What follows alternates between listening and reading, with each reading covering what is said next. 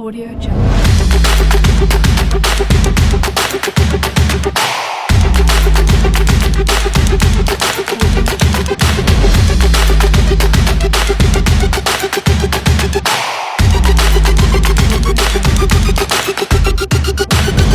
Audio Jungle.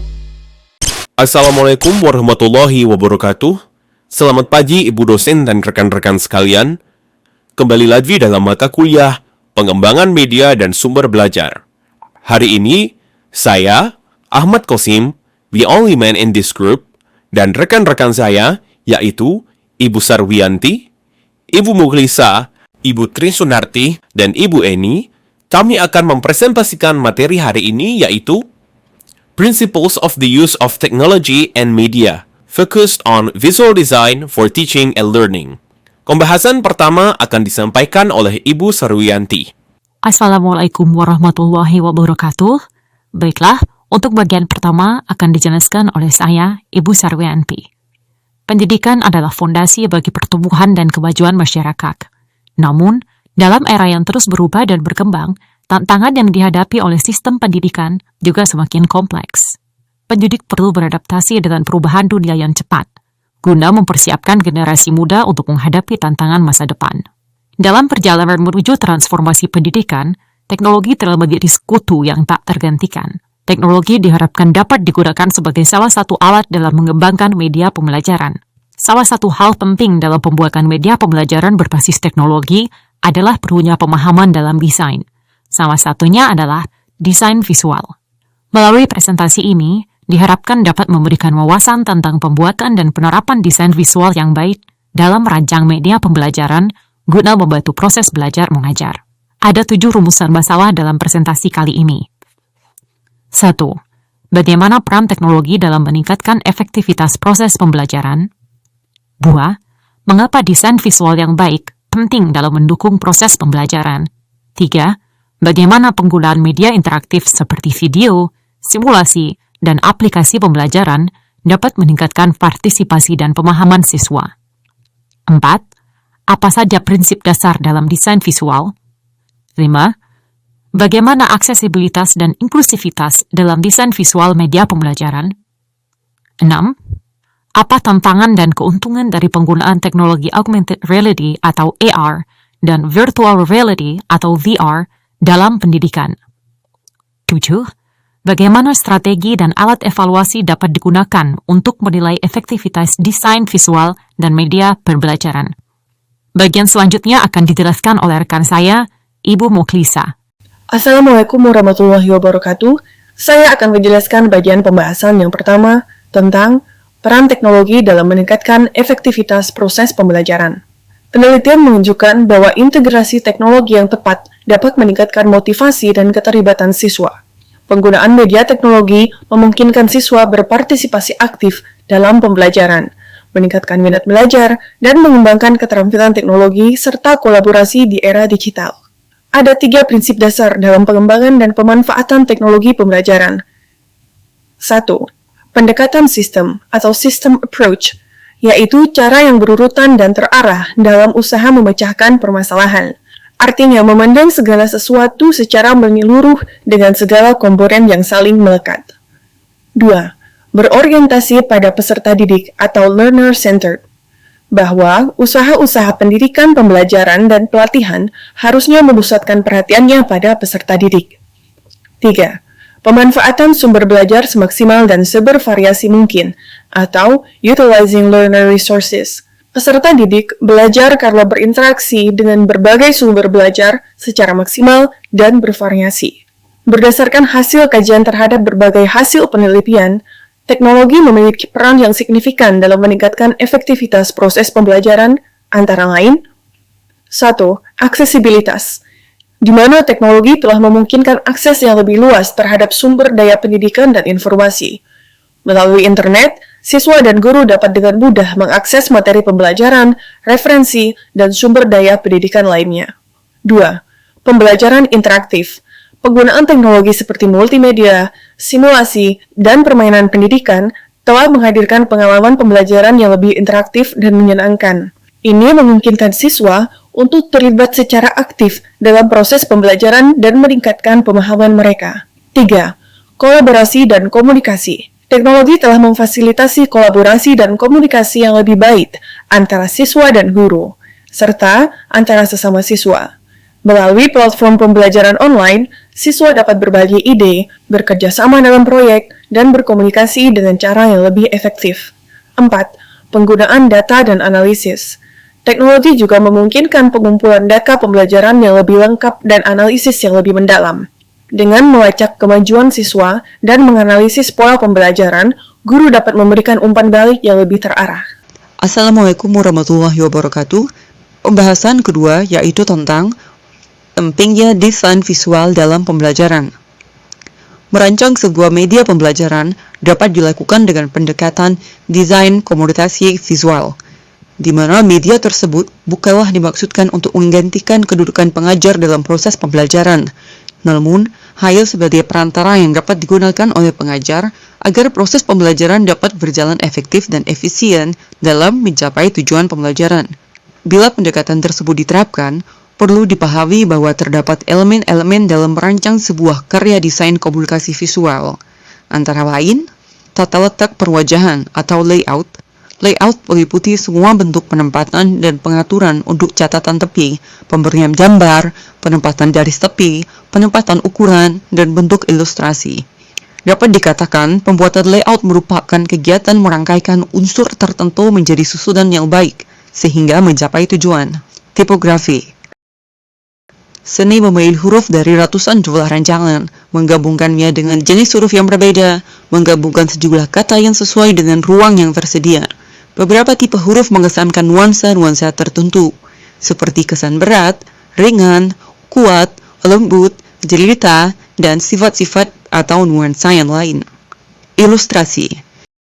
Ilustrasi dapat mengungkapkan sesuatu secara lebih cepat dan lebih efektif daripada teks. Ilustrasi dalam karya desain komunikasi visual dibagi menjadi dua, yaitu ilustrasi yang dihasilkan dengan tangan atau gambar, dan ilustrasi yang dihasilkan oleh kamera atau fotografi. Ilustrasi memiliki kemampuan untuk membantu mengkomunikasikan pesan dengan cepat dan tepat serta pedas.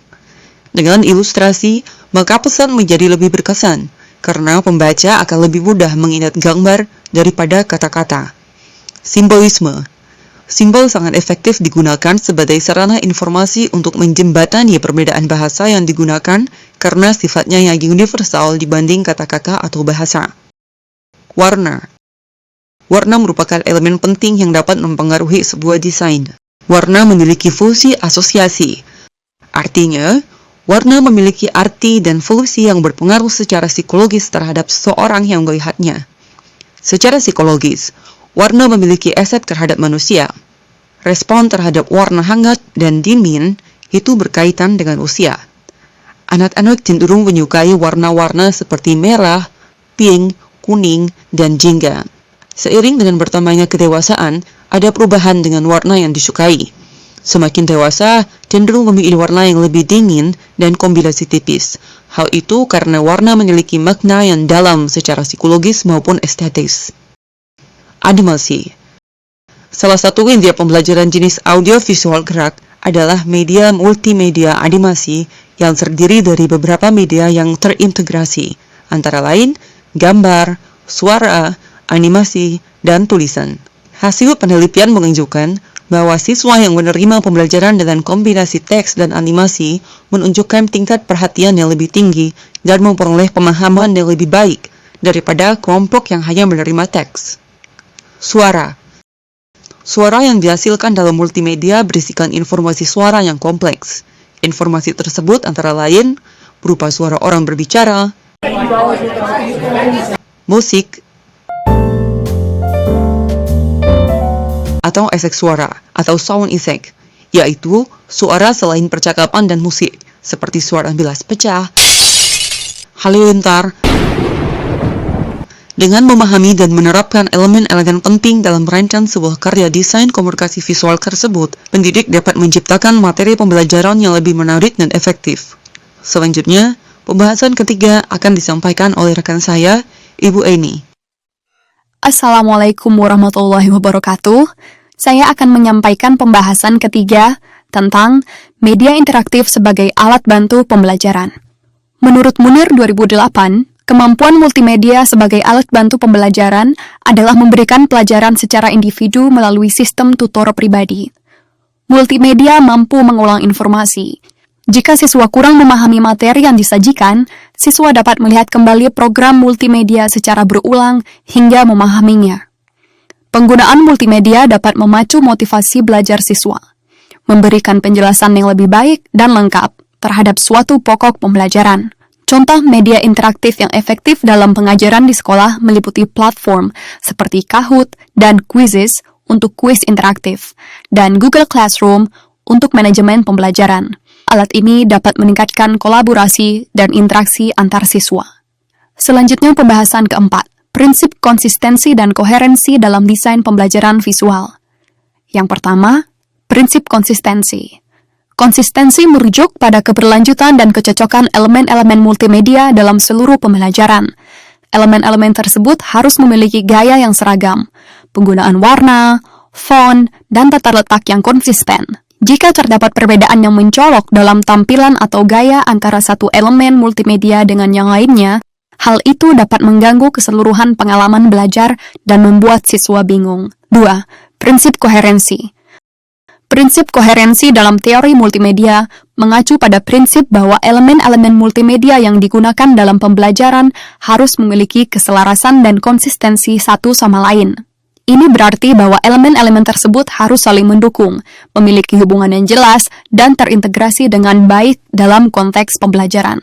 Pembahasan kelima, aksesibilitas dan inklusivitas dalam desain pembelajaran. Aksesibilitas dan inklusivitas merupakan dua aspek yang sangat penting dalam desain media pembelajaran. Pendidik perlu memastikan bahwa semua siswa, termasuk mereka yang memiliki kebutuhan khusus, dapat mengakses dan memahami materi yang disajikan. Beberapa prinsip desain inklusif yang dapat diterapkan meliputi 1. Teks alternatif untuk gambar, yaitu menyediakan deskripsi teks untuk gambar, grafik, dan diagram agar membantu siswa yang memiliki gangguan penglihatan memahami informasi yang disajikan secara visual. 2. Opsi audio dan visual. Mengintegrasikan elemen audio dan visual dalam pembelajaran dapat membantu memenuhi berbagai gaya belajar siswa. Misalnya, menyediakan video dengan narasi suara dan subtitle dapat mendukung siswa yang lebih suka belajar secara auditori atau visual. 3. Desain responsif. Desain responsif memungkinkan siswa untuk belajar di mana saja dan kapan saja, sehingga meningkatkan fleksibilitas dalam proses pembelajaran. Materi pembelajaran harus dirancang untuk dapat diakses di berbagai perangkat, baik itu komputer, tablet, atau smartphone. Dengan menerapkan prinsip-prinsip aksesibilitas dan inklusivitas ini, pendidik dapat menciptakan lingkungan belajar yang lebih mendukung bagi semua siswa. Pembahasan keenam akan disampaikan oleh rekan saya, Bapak Ahmad Kosim. Baik, saya akan menyampaikan pembahasan keenam yaitu teknologi augmented reality atau AR dan virtual reality atau VR dalam pembelajaran. AR dan VR memungkinkan siswa untuk mengalami situasi atau lingkungan pembelajaran yang berbeda-beda dan meningkatkan pemahaman dan keterlibatan dalam materi pembelajaran.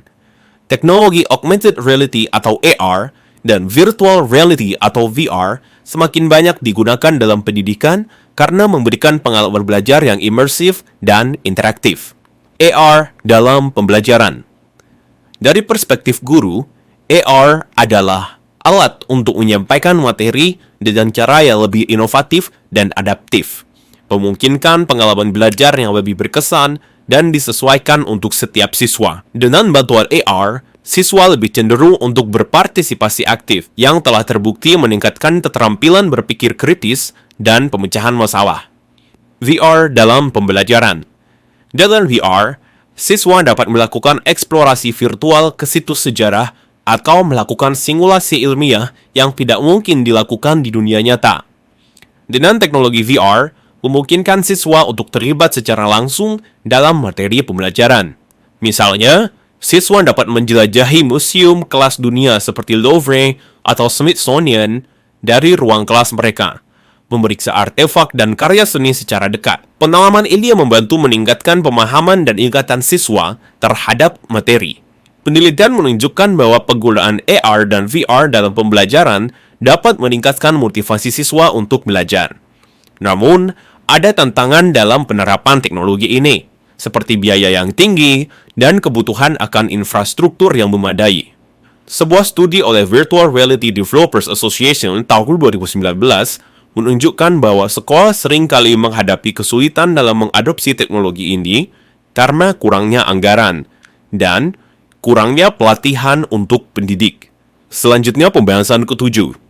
Evaluasi efektivitas desain visual dan media pembelajaran. Evaluasi merupakan langkah penting dalam memastikan bahwa teknologi dan desain visual yang digunakan dalam pembelajaran efektif dalam meningkatkan pemahaman siswa. Beberapa strategi yang dapat diterapkan antara lain, penggunaan alat evaluasi. Alat evaluasi seperti kuis, survei, dan rubrik penilaian dapat digunakan untuk mengukur efektivitas materi pembelajaran. Misalnya, survei siswa setelah penggunaan media pembelajaran dapat memberikan wawasan mengenai tingkat pemahaman siswa. 2. Feedback siswa.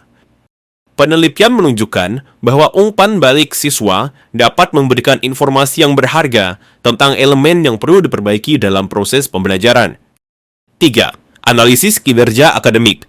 Mengamati kinerja akademik siswa sebelum dan setelah penerapan teknologi dan desain visual dapat memberikan gambaran yang jelas tentang efektivitasnya.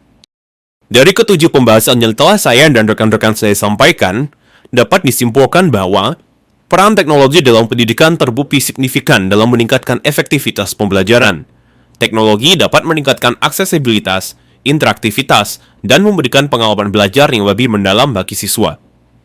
Pentingnya desain visual didasarkan pada kemampuannya untuk memperkuat pemahaman. Desain visual yang baik membantu menyampaikan informasi secara lebih jelas dan menarik perhatian siswa, sehingga mendukung proses belajar yang efektif. Media interaktif seperti video, simulasi, dan aplikasi pembelajaran terbukti mampu meningkatkan partisipasi siswa dan memperdalam pemahaman mereka terhadap materi. Media ini memungkinkan siswa untuk berinteraksi secara langsung dengan materi pelajaran yang memperkuat proses pembelajaran. Prinsip desain visual seperti konsistensi dan koherensi adalah faktor esensial untuk menciptakan media pembelajaran yang efektif. Dengan prinsip ini, elemen-elemen visual dapat diatur secara harmonis sehingga mudah dipahami oleh siswa.